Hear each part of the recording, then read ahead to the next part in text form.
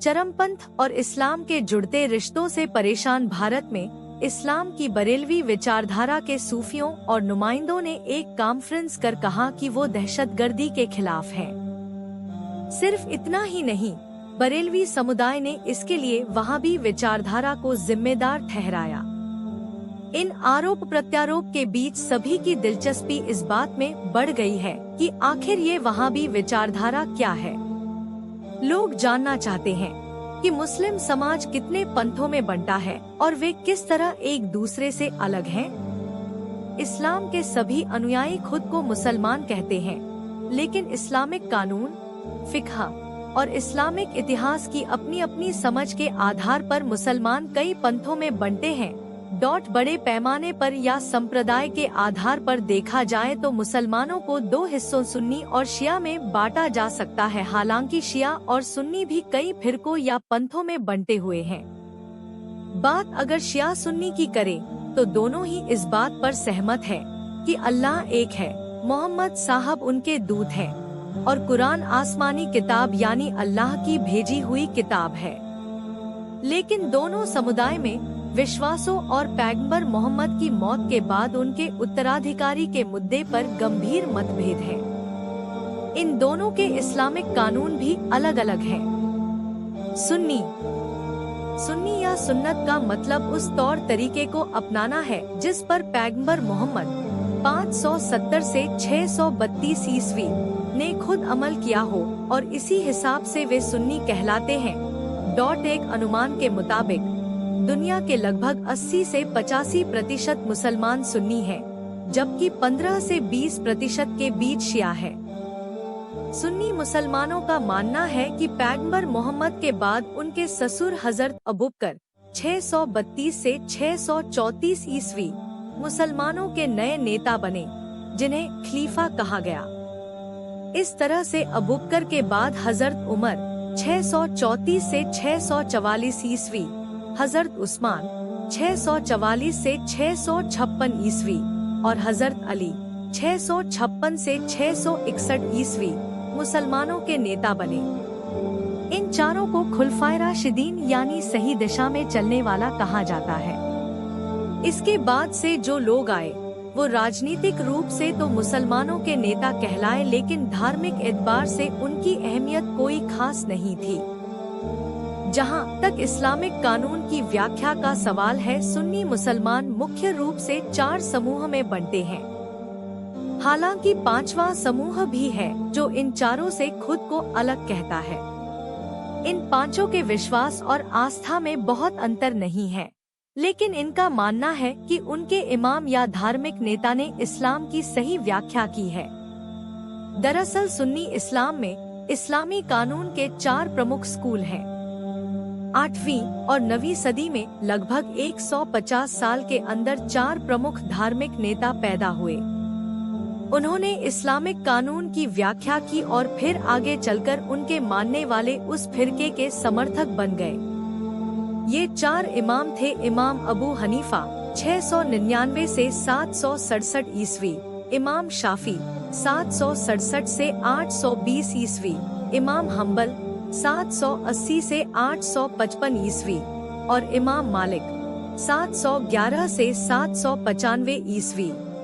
हनफी इमाम अबू हनीफा के मानने वाले हनफी कहलाते हैं।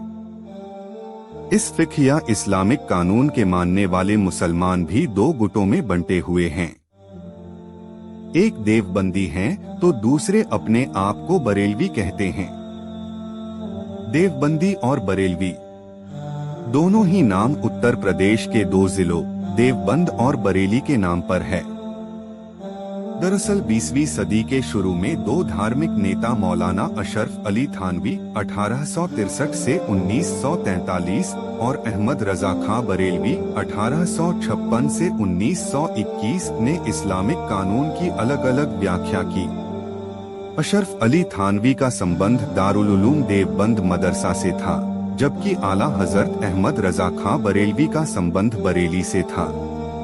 मौलाना अब्दुल रशीद गंगोही और मौलाना कासिम ननोतवी ने 1866 में देवबंद मदरसे की बुनियाद रखी थी। देवबंदी विचारधारा को परवान चढ़ाने में मौलाना अब्दुल रशीद गंगोही, मौलाना कासिम ननोतवी और मौलाना अशरफ अली थानवी की अहम भूमिका रही है। उपमहाद्वीप यानी भारत, पाकिस्तान, बांग्लादेश और अफगानिस्तान में रहने वाले अधिकांश मुसलमानों का संबंध इन्हीं दो पंथों से है। देवबंदी और बरेलवी विचारधारा के मानने वालों का दावा है कि कुरान और हदीस ही उनकी शरीयत का मूल स्रोत है, लेकिन इस पर अमल करने के लिए इमाम का अनुसरण करना जरूरी है। इसलिए शरीयत के तमाम कानून इमाम अबू हनीफा के फिक्र के अनुसार हैं। वहीं बरेलवी विचारधारा के लोग आला हजरत रजा खान बरेलवी के बताए हुए तरीके को ज्यादा सही मानते हैं। बरेली में आला हजरत रजा खान की मजार है, जो बरेलवी विचारधारा के मानने वालों के लिए एक बड़ा केंद्र है। दोनों में कुछ ज्यादा फर्क नहीं, लेकिन कुछ चीजों में मतभेद हैं। जैसे बरेलवी इस बात को मानते हैं कि पैगंबर मोहम्मद सब कुछ जानते हैं, जो दिखता है वो भी और जो नहीं दिखता है वो भी, वह हर जगह मौजूद हैं और सब कुछ देख रहे हैं। वहीं देवबंदी इसमें विश्वास नहीं रखते। देवबंदी अल्लाह के बाद नबी को दूसरे स्थान पर रखते हैं, लेकिन उन्हें इंसान मानते हैं। बरेलवी सूफी इस्लाम के अनुयायी हैं और उनके यहाँ सूफी मज़ारों को काफी महत्व प्राप्त है, जबकि देवबंदियों के पास इन मज़ारों की बहुत अहमियत नहीं है, बल्कि वो इसका विरोध करते हैं। मालिकी। इमाम अबू हनीफा के बाद सुन्नियों के दूसरे इमाम मालिक हैं, जिनके मानने वाले एशिया में कम हैं।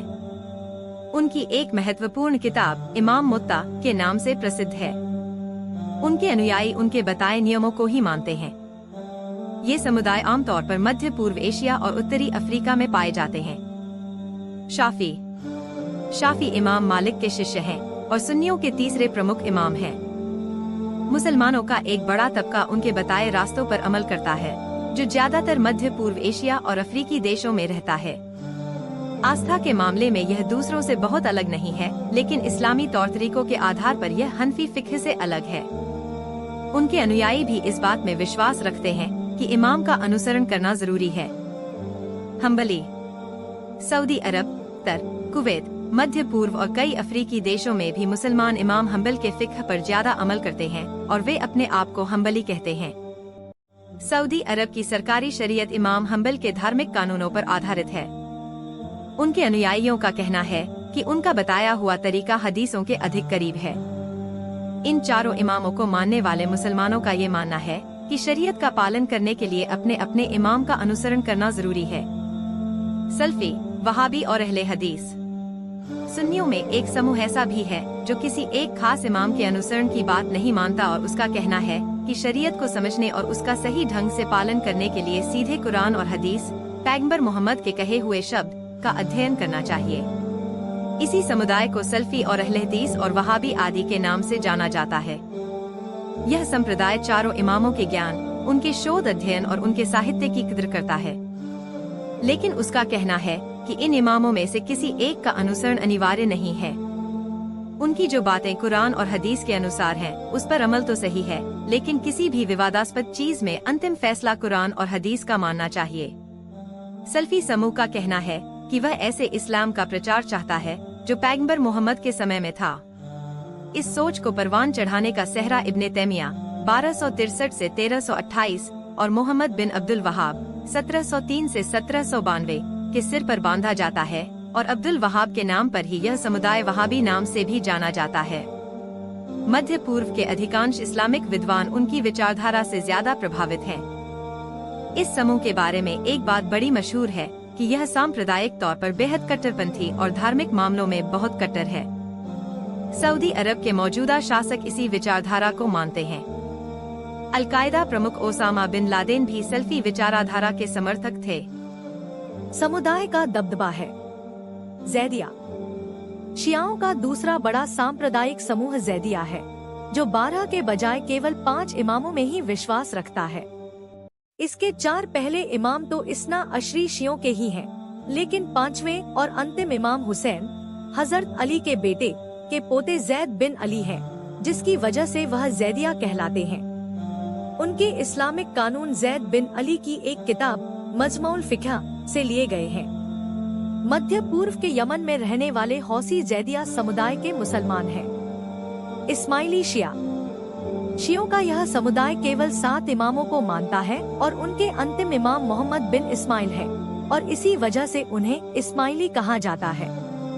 इस्ना अशरी शियों से इनका विवाद इस बात पर हुआ कि इमाम जाफर सादिक के बाद उनके बड़े बेटे इस्माइल बिन जाफर इमाम होंगे या फिर दूसरे बेटे। इस्ना अशरी समूह ने उनके दूसरे बेटे मूसा काजिम को इमाम माना और यहीं से 2 समूह बन गए। इस तरह इस्माइलियों ने अपना 7वां इमाम इस्माइल बिन जाफर को माना। उनकी फिक्ह और कुछ मान्यताएं भी इस्ना अशरी शियों से कुछ अलग है। दाऊदी बोहरा बोहरा का एक समूह जो दाऊदी बोहरा कहलाता है, इस्माइली शिया फिक्ह को मानता है और इसी विश्वास पर कायम है। अंतर यह है कि दाऊदी बोहरा 21 इमामों को मानते हैं। उनके अंतिम इमाम तैयब अबुल कासिम थे, जिसके बाद आध्यात्मिक गुरुओं की परंपरा है। इन्हें दाई कहा जाता है और इस तुलना से 52वें दाई सैयदना बुरहानुद्दीन रब्बानी थे। 2014 में रब्बानी के निधन के बाद से उनके 2 बेटों में उत्तराधिकार का झगड़ा हो गया और अब मामला अदालत में है। बोहरा भारत के पश्चिमी क्षेत्र खासकर गुजरात और महाराष्ट्र में पाए जाते हैं, जबकि पाकिस्तान और यमन में भी ये मौजूद हैं। यह एक सफल व्यापारी समुदाय है जिसका एक धड़ा सुन्नी भी है। खोजा गुजरात का एक व्यापारी समुदाय है जिसने कुछ सदी पहले इस्लाम स्वीकार किया था। इस समुदाय के लोग शिया और सुन्नी दोनों इस्लाम मानते हैं। ज्यादातर खोजा इस्माइली शिया के धार्मिक कानून का पालन करते हैं, लेकिन एक बड़ी संख्या में खोजा इस्ना अशरी शियों की भी है। लेकिन कुछ खोजे सुन्नी इस्लाम को भी मानते हैं। इस समुदाय का बड़ा वर्ग गुजरात और महाराष्ट्र में पाया जाता है। पूर्वी अफ्रीकी देशों में भी ये बसे हुए हैं। नुसैरी शियों का यह संप्रदाय सीरिया और मध्य पूर्व के विभिन्न क्षेत्रों में पाया जाता है। इसे अलावी के नाम से भी जाना जाता है। सीरिया में इसे मानने वाले ज्यादातर शिया हैं और देश के राष्ट्रपति बशर अल असद का संबंध इसी समुदाय से है। इस समुदाय का मानना है कि अली वास्तव में भगवान के अवतार के रूप में दुनिया में आए थे। उनकी फिक्र इस्ना अशरी में है, लेकिन विश्वासों में मतभेद है। नुसैरी पुनर्जन्म में भी विश्वास रखते हैं और कुछ ईसाइयों की रस्में भी उनके धर्म का हिस्सा है। इन सब के अलावा भी इस्लाम में कई छोटे छोटे पंथ पाए जाते हैं।